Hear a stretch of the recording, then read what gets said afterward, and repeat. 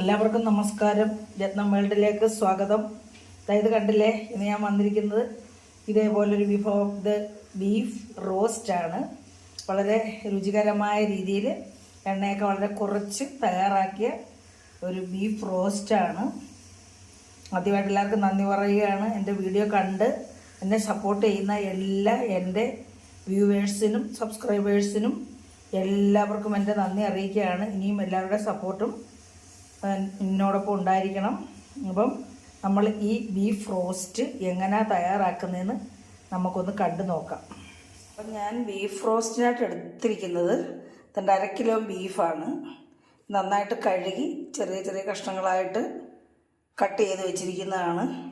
ഇത് നമുക്ക് കുക്കറിലിട്ടൊന്ന് വേവിക്കാം. ബീഫിനൊക്കെ നല്ല വേവുള്ളതല്ലേ, അപ്പോൾ നമുക്ക് കുക്കറിലിട്ടൊന്ന് വേവിക്കാനായിട്ട് ഞാനിത് കുക്കറിലേക്ക് മാറ്റാൻ പോവുകയാണ്. ഞാൻ കുക്കറിലേക്ക് മാറ്റി നമുക്കിതിലേക്ക് ഒരു 1/2 സ്പൂൺ ഇഞ്ചി വെളുത്തുള്ളി പേസ്റ്റ് ഇട്ടിട്ടുണ്ട്. ഇതിലേക്ക് നമ്മൾ 1/4 സ്പൂൺ മഞ്ഞൾപ്പൊടി, പിന്നെ ഒരു 1/4 സ്പൂൺ കുരുമുളക് പൊടി, പിന്നെ ഒരു 1/2 സ്പൂൺ ഇറച്ചി മസാല,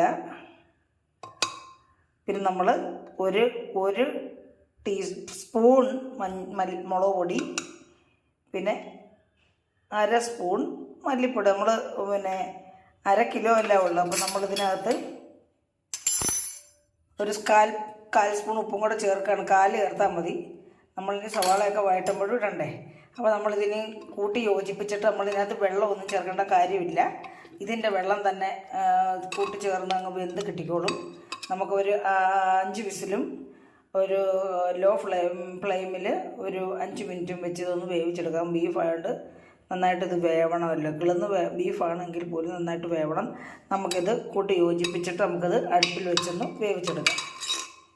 വെള്ളമൊന്നും ചേർക്കേണ്ട കാര്യമില്ല. ബീഫിനകത്ത് വെള്ളം മാത്രം മതി. നമ്മൾ റോസ്റ്റ് ചെയ്യാനാണ്. നമ്മളിതേ രീതിയിലല്ല ഇത് കൂട്ടി ഇളക്കി യോജിപ്പിച്ചിട്ടുണ്ട്. കണ്ടില്ലേ, കാണാൻ നല്ല ഭംഗിയുണ്ട്.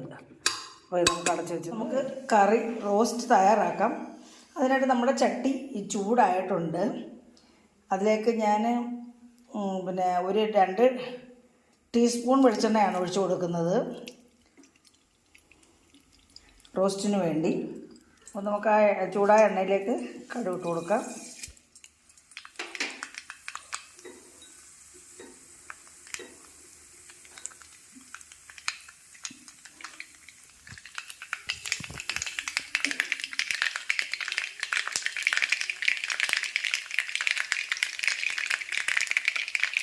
കുറച്ച് കറിവേപ്പില ഇട്ട് കൊടുക്കാം.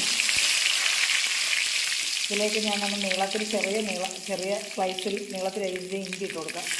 ഒരു ചെറിയ കഷ്ണം ഇഞ്ചിയാണ്.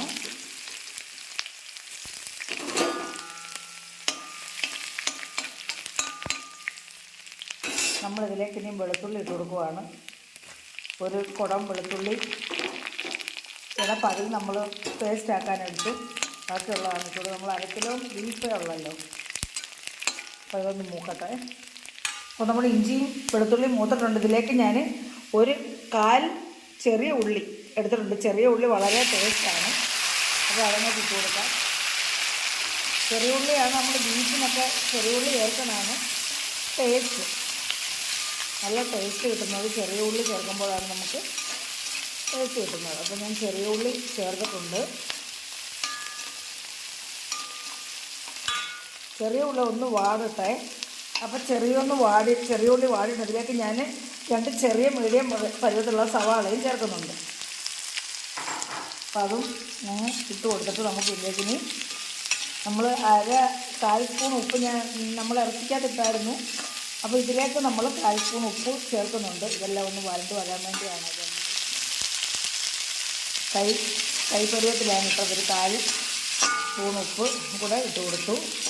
അപ്പോൾ നമുക്കിതൊന്ന് നല്ലപോലെ ഒന്ന് വഴട്ടാം. വഴന്ന് മൂത്ത് വരണമല്ലോ. റോസ്റ്റാണല്ലോ നമ്മൾ റെഡിയാക്കുന്നത്. അപ്പോൾ അതിന് നന്നായിട്ട് വെന്ത് മൂത്ത് വരണം. അതോടെ കിടന്ന് ഒന്ന് മൂക്കട്ടെ.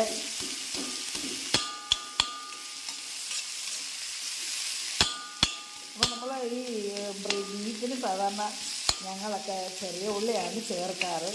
ഇതിപ്പം ചെറിയ ഉള്ളി അങ്ങ് കുഞ്ഞായിരുന്നു. അതുകൊണ്ട് എനിക്കിങ്ങോട്ട് അല്ലെ 1/2 കിലോ തന്നെ ചെറിയ ഉള്ളി ചേർത്താൻ എനിക്കങ്ങോട്ട് പൊളിച്ചെടുക്കാൻ പാട്.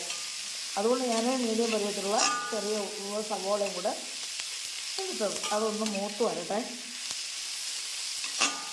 നമുക്ക് വേണമെങ്കിൽ ഒന്ന് അടച്ചുകൂടെ കൊടുക്കാം കേട്ടോ.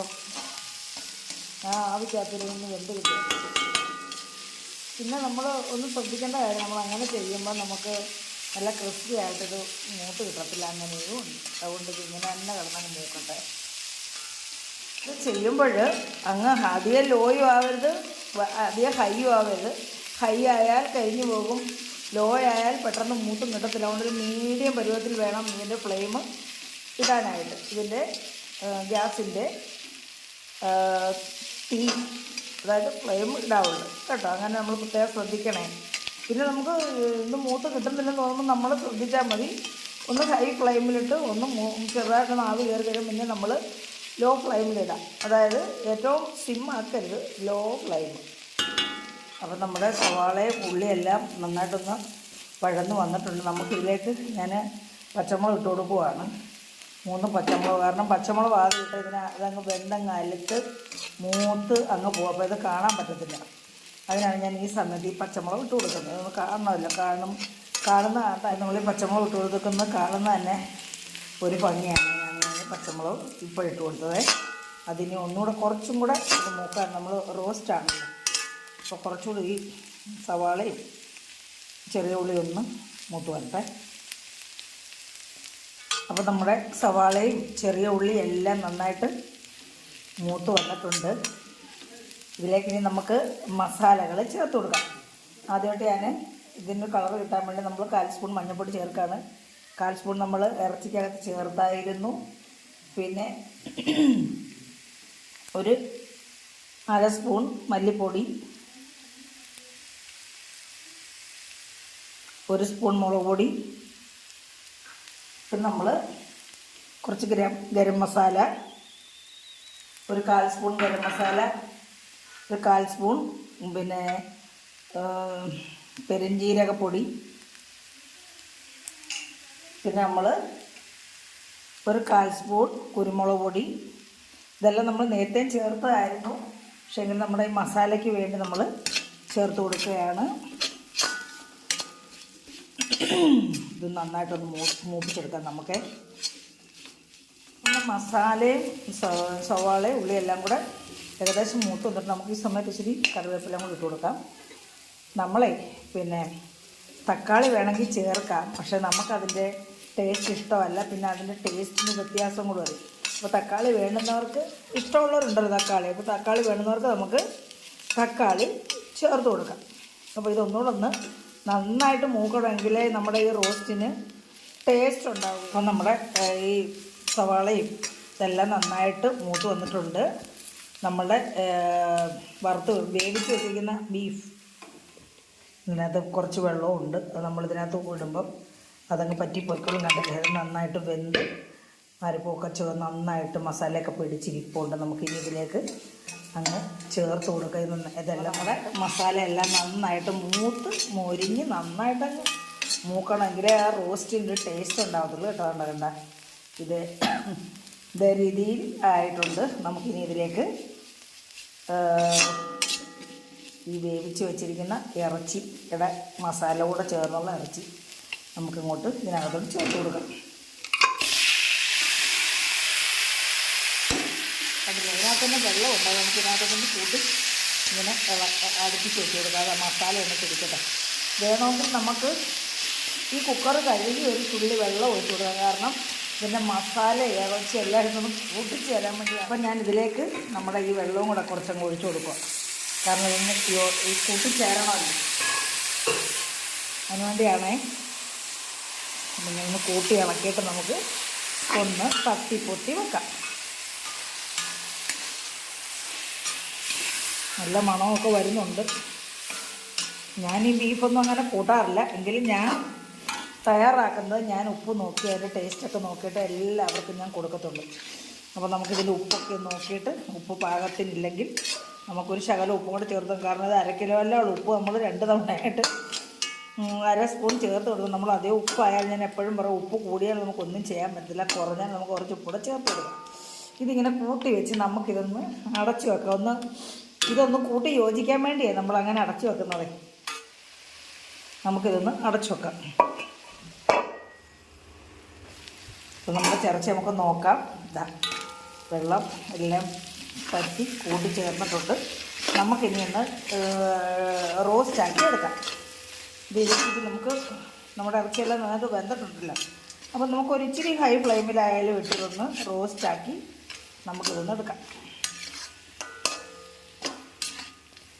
ചൂടൊന്ന് തോരണ്ടേ, ചിക്കി തോരട്ടെ.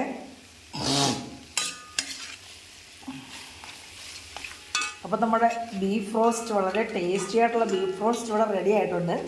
നമുക്കിനി കുറച്ച് കറിവേപ്പിലുണ്ട്, അതുകൂടെ അങ്ങ് ഇട്ട് കൊടുക്കാമേ. നമുക്കിവിടെ നമ്മൾ കടയിൽ നിന്ന് മേടിക്കാറില്ല, ഇവിടെ ഉള്ള കറിവേപ്പില വെച്ചാണ് ഞാൻ അഡ്ജസ്റ്റ് ചെയ്യുന്നത്. അപ്പോൾ കറിവേപ്പില ഉള്ളതും കൂടെ അങ്ങ് ഇട്ട് കൊടുത്തു കഴിഞ്ഞാൽ അപ്പോൾ നല്ല ടേസ്റ്റി ആയിട്ടുള്ള, കാണാൻ നല്ല ഭംഗി, നല്ല മണവും വരുന്നുണ്ട്. അപ്പോൾ നമ്മുടെ ടേസ്റ്റി ആയിട്ടുള്ള ബീഫ് റോസ്റ്റ് ഇവിടെ റെഡി ആയിട്ട് നമുക്കിനി സെർവിങ് പ്ലേറ്റിലേക്ക് ഇത് മാറ്റാം. അപ്പം നമ്മുടെ ബീഫ് റോസ്റ്റ് ഇവിടെ റെഡി ആയിട്ടുണ്ട്. എല്ലാവർക്കും ഇഷ്ടപ്പെട്ടു കാണുമെന്ന് വിശ്വസിക്കുന്നു.